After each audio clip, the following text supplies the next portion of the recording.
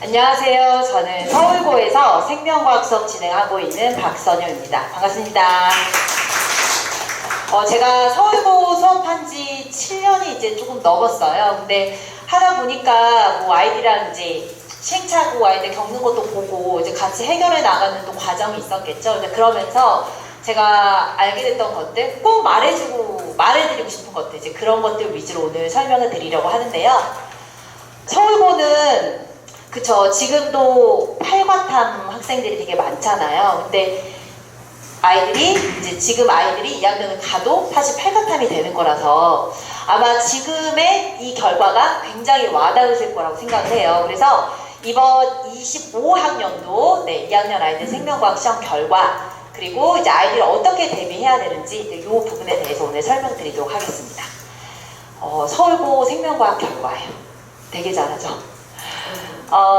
이제 가장 오해하실 수 있는 부분이 이제 뭐 집중이수, 뭐 과중 이렇게 많은 과학을 하다 보면은 아이들이 좀 점수 좀 낮겠지라고 하지만 사실은 생명과학 같은 경우에는 남자아이들이잖아요. 정말 선택 그래도 많이 하고요. 점수도 되게 잘 받아요. 그래서 아이들이 제일 슬픈 게 뭔지 아시죠? 2등급 못 여는 거. 지금 1등급이 마이너스 1개까지면 한 96점 정도 되는 건데 2등급이 89점이면은 2개 틀리고 서술형 뭐 조금 감점 이 정도 되는데 저건 컷이 89점인 거지 사실 2등급 초반이나 1등급이나 아마 1, 2점 차이도 안 날 거라고 생각하시면 돼요. 그래서 아이들이 굉장히 잘하고요. 그렇지만 또 준비를 많이 하고 와요.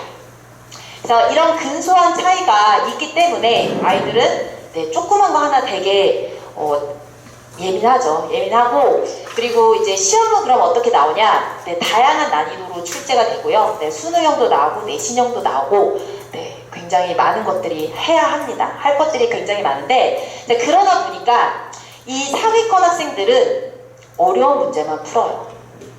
근데 서울고 같은 경우에는 뭐 쯔쯔가고시 막 이런 거 안 외워서 동강할매꽃 막 이런 거 안 외워서 이런 것 때문에 틀리거든요. 근데 아이들이 지금 특히 수능을 안 볼 거잖아요. 그럼에도 불구하고 킬러만 풀고 있다? 사실 서울고 스타일과 전혀 맞지 않습니다.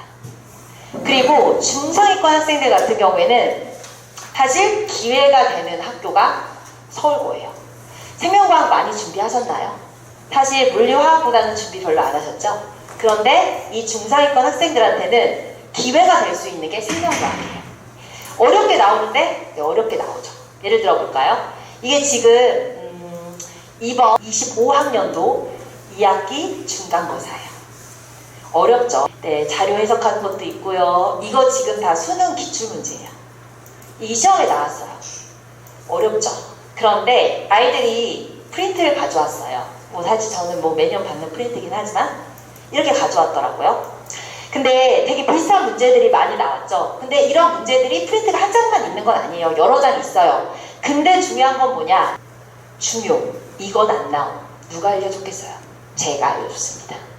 제가 생명과학 수업을 오래 하다 보니까 이 문제는 작년에 나왔고 이 문제는 안 나오고 사실 그거 좀 꿰고 있죠. 어쩔 수 없어. 저는 얘네만 가르치고 있으니까 얘네를 위해서. 근데 이거를 체크해 놓고 이거 집중 연습 시켰더니 정말 시험에서 이렇게 나왔어요. 그러니까 결국은 중상위권 학생들 애매한 사실 포지션이긴 해요. 그런데 그러다 보니까 너무 어려운 거 풀어가지고 막 힘들어하고 사실 그건 소모죠, 소모. 그런데 이렇게 나올 거예요. 찍어서 알려주면 아이들이 시간 절약할 수 있잖아요. 그래서 이거는 사실 제가 7년 동안 서울고 수업하면서 짬입니다, 짬. 그래서 이번에도 이런 서울고의 이 팁을 대방출할 예정이에요.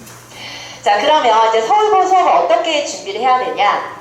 일단 할 게 많아요. 그쵸? 그래서 지금 겨울방학 때는 내신 대비할 때 100을 준비를 해야 된다면 그 중에 70까지 준비를 해야 되고 70이라고 한다면 지금 생명과학은 1, 2, 3단원 3개의 단원으로 이루어져 있거든요. 근데 1단원 비중은 20, 2, 3이 40, 40이에요. 그래서 2, 3단원의 비중이 되게 높고 이 생명과학의 특징이 통합과학이랑 연계성이 너무 떨어져요. 통합과학 했다고 이 생명과학의 내용을 전혀 알 수가 없어요. 별개의 내용이에요. 그리고 앞에서 보셨다시피 이런 자료들을 이제 분석을 해야 되는데 이런 자료를 분석하는 것도 스킬입니다. 기술이에요. 그래서 그 기술을 습득을 하는 것이 굉장히 중요하고 그 기술을 기본 문제에 적용하는 것까지 하면 그게 이제 겨울방학의 목표가 되는 거고, 그리고 이제 내신 대비 기간이 시작이 되면 일단 특이 개념, 동강할배꽃, 쯔쯔가무시 이런 거 외워야 돼요. 근데 그거 꼭 외워야 되고, 그리고 시간 컨트롤하는 훈련. 시험 시간이 40분인데 사실 시험 문제 수는 굉장히 많고, 그리고 이게 뭐 유전이든 유전이 아니든 상관없이 문제 수가 30문제 이상씩 됩니다. 그러니까 아이들이 그 시간 내에 내가 어떤 문제를 먼저 풀고 하는지도 사실은 연습인 거죠. 연습을 해야 되고, 그리고 고난도 문장도 대비를 해야 됩니다. 자, 그러면 제가 방학 때 이제 어떤 수업을 할 거냐? 생명과학의 일단 키포인트는 저 자료를 해석할 수 있느냐 없느냐예요.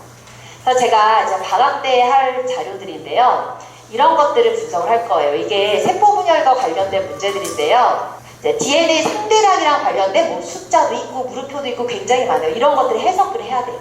그런데 이런 것들을 해석을 아이들이 보자마자 한다? 제가 스스로 모십니다. 불가능해요. 저희도 사실 불가능하잖아요. 그래서 제가 방학 때, 자, 이런 그림 나왔어? 그러면 이런 문항은 어떻게 해석하고, 이런 문항은 어떻게 해석하고, 이렇게 연습을 시킬 겁니다. 그래야 아이들이 이 자료를 바탕으로 해서 내신 대비를 할 수 있죠. 이건 제 내신 대비 교재인데요. 자, 앞에서 자료 분석했던 것들을 연습하면 이제 이런 문제를 풀 거예요. 근데 문제는 뭐냐? 이런 문제를 풀기 위해서 아이들을 어떻게 준비시켰냐? 좀 그게 제일 중요하다고 생각을 해요. 그래서 제가 방학 동안에 저렇게 아이들의 빌드업을 시키면 제 수업 시간에, 저는 일방적인 수업은 하지 않아요. 좀 티키타카가 있는 수업을 하고, 이런 수업을 하기 위해선 저랑 좀 익숙해져야 되겠죠. 근데 그런 것들을 제가 방학 때 연습을 많이 시킵니다. 가인에 많이 와요. 근데 저는 사실 대강의하는 사람은 아니에요. 근데 25명 정원을 하고 있고, 그리고 뭐 시작할 때부터 끝날 때까지 그 정원은 사실은 항상 마감이에요. 그래서 새로운 친구한테 너 왜 왔냐라고 물어보면 공부 잘하는 선배가 추천해서 왔다고 해요. 사실 제가 조금 잘 가르칩니다. 제 자랑이지만 그 25명 안에 사실 1등급 대부분 있고요, 2등급 아이들도 많이 있어요. 그런데 전교 1등은 변할까요? 안 변할까요? 변합니다.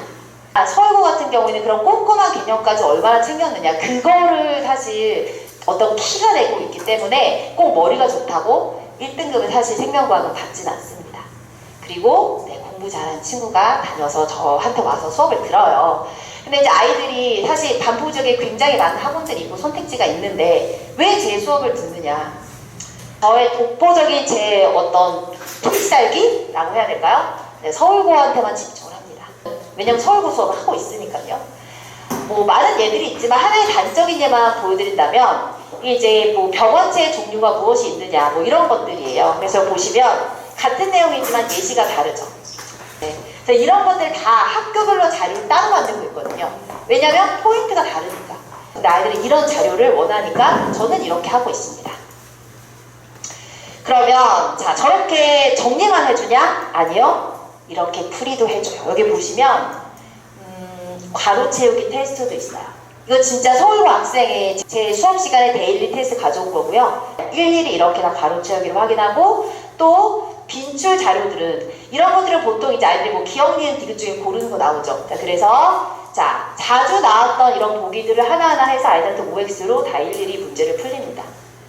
이런 괄호 하나하나 제가 다 채점을 해서 결과로 다 보내드려요. 그래서 이렇게 정리를 하고 있습니다. 1, 2월 달에 이제 생명과학 시간표를 설명드리면, 생명과학 완성은 서울고에서 2학년 1학기 때 배우는 과목이에요. 그래서 1월 달에도 열리고 사실 2월 달에도 열립니다. 하지만 제가 꼭 추천드리는 거는 2월 달에 열리는 생명과학 수업이고 3시간 동안 4회 수업이 진행됩니다. 모든 단어를 하는 건 아니고요. 1단원은 사실 이거 못해서 1등급 못 받았어요 라고 하지 않게끔 만들 수 있는 자신이 있어요. 암기하고 이런 부분이라.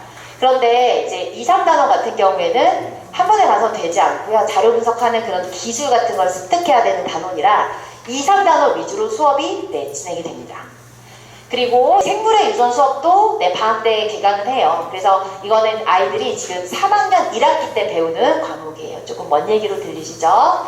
네, 그래서 아이들한테 지금 생명과학은 일단 무조건 해야 돼요. 그럼 2월 달에 하는 수업을 꼭 추천드리고요.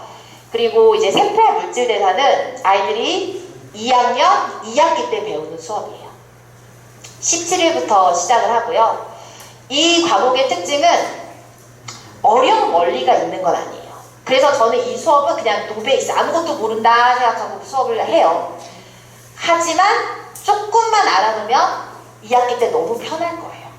원리만 좀 이해를 한다면. 네, 그래서 이 세포와 물질대사 수업을 서초학종관에서 네, 수업이 진행이 됩니다. 자, 그래서 서울고 학생들한테 생명과학 포함해서 과학을 어떻게 들을지 추천을 드리자면 네, 12월 달에 세포와 물질대사 정말 적극 추천이에요. 저는 4회만 합니다. 이유는 아시겠죠? 뭐가 중요한지 아니까. 특히 이 세포와 물질대사 같은 경우에는 아이들이 보통 생투라고 해가지고 생투 같은 경우에는 가리키는 학원 자체가 별로 없어요. 근데 저는 수업을 지금 아주 오랫동안 해왔고 한 내신대를 계속 해왔고 있기 때문에 제가 갖고 있는 자료로 아이들한테 최적의 꼭 필요한 것들만 연습을 시킬 거고요. 그리고 2월 달에 서울고 생명과학 수업이 진행이 됩니다. 뭐예요? 시험 끝나고 보내주세요. 네. 17일부터 20일까지 네, 수목금토 이렇게 수업이 진행됩니다. 감사합니다.